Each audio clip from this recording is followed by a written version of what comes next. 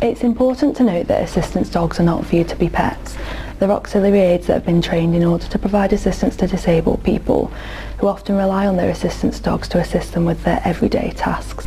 The Equality Act has provided a legal definition of an assistance dog, which is a dog that is designed to assist a blind person, a deaf person, a disabled person who has issues with their mobility, or any other type of training to assist a disabled person with their disability. The law applies to all assistance dogs, regardless of whether they're trained by a registered organisation or not.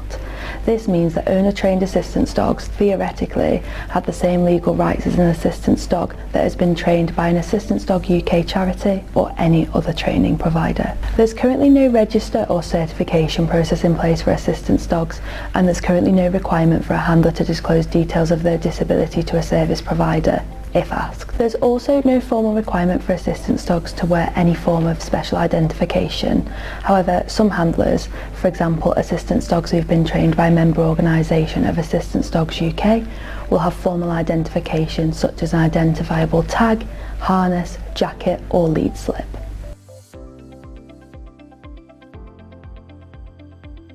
Currently, under the Equality Act 2010, emotional support animals are not referenced. This means that emotional support animals who provide emotional and psychological support to their owners don't enjoy the same rights as assistance dogs. Under the Equality Act, it is against the law for service providers, which includes landlords, rental agencies and housing associations, to treat disabled people less favourably because of their disability.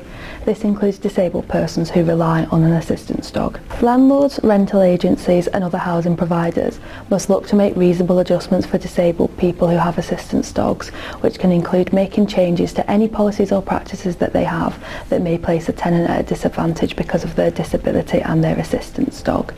This could include, but isn't limited to, amending a term in a tenancy agreement which would allow for a tenant to have a pet reside with them.